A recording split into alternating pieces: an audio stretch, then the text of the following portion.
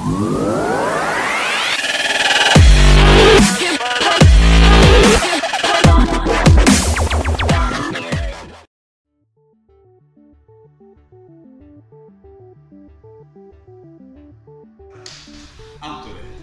Bet es arī pieredzējis, kas ir saistīts ar naudas atmazgāšanas vai pretnaudas atmazgāšanas likumiem.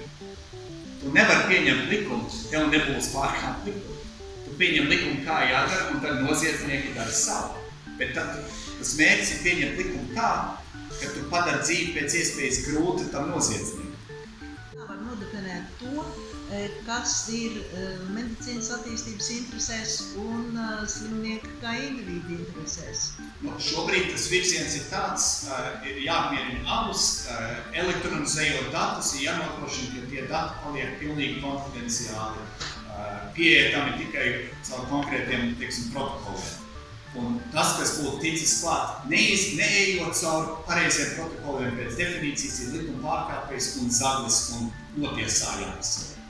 Un tas ir tas labākais, ko darīt, jo šobrīd mums ir skaidra likuma, ja jūsu fails būtu izzakts no jūsu, ārsta prakses, tas būtu skaidrs policijai, ir ielausies, ir paņemts, ir nozagts.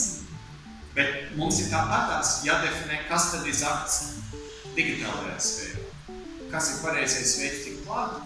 Likumiskais. Un tad, protams, paralēli, un tas, kur strādā viss gudrās galvas kā jūs, kā uztaisīt protokols un tās aizsardzības, lai no malas pēc iespējas nevarētu tikt. Es nevēlos būt tik cinisks, jo tad man no rītiem ir grūti pamosties. Es tomēr domāju, ka mums ir jāizprot ierobežojumus, bet vienalga jādara tas labākais, jo tieši digitālā sfērā tās tehnoloģijas attīstās, tās iespējas ir, kāds meklēs pelnīt. Tagad jau saka, tā vērtīgākā izēviela ir dati par individu, kur viņš iepērkās, cik viņš iepērkās, lai tad, kad es Delfos skatu ziņas, ka tā reklāmiņa, kas parādās, atbilst man viņi kaut kā izkož, vai man ir suns vai kaķis, vai kā man parādās sunbarība. Vai tu esi nopircis sunim labāko barību, tu nemīli savu sunu, bet es mīlu savu sunu, likšķiņu lokā. Mēģini kaut kā ko, nevajadzēja, nav suns. Manuprāt, ir ļoti sarežģīti jautājumi, kur izsināt un panākt kaut kādu vienotas kārtību, lai tas nebūtu tik ļoti vispārnāts, ka viņi var interpretēt dažādos veidos. Būs ļoti sarežģīti.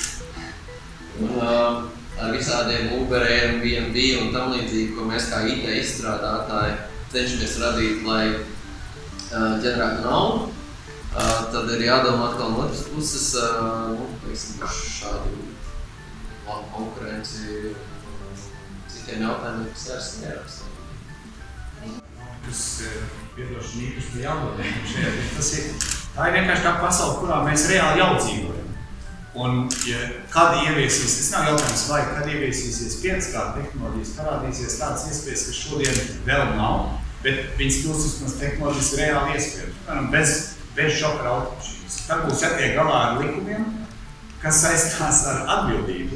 Ja ir negadījums, kurš atbild? Tas, kas tur iekšā sēdēja, programmētais, ražotājs, jūs sapratiet, es nezinu, kā to īsti varēs atrisināt, bet katra jauna tehnoloģijas attīstība prasa, gribot, negribot, ka mums ir kaut kā likumiski jātiek galā ar tiem gadījumiem, kur kāds pārkāp vai kādam tiek pārdarīts. Bet tā ir tā dzīve, kurā mēs pastāvam. Tas nozīmē, ka jauniem uzņēmējiem ir iespējas, kas ir, kas nebija agrāk.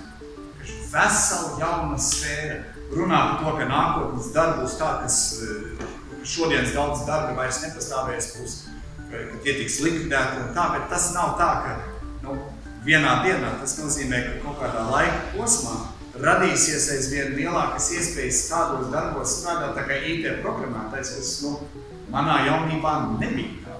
Varbūt daži kaut kur universitātēs strādāja vai, teiksim, ar kosmosa tehnoloģijām, tas ir totāli specifiski, bet ne jau tā kā šodien.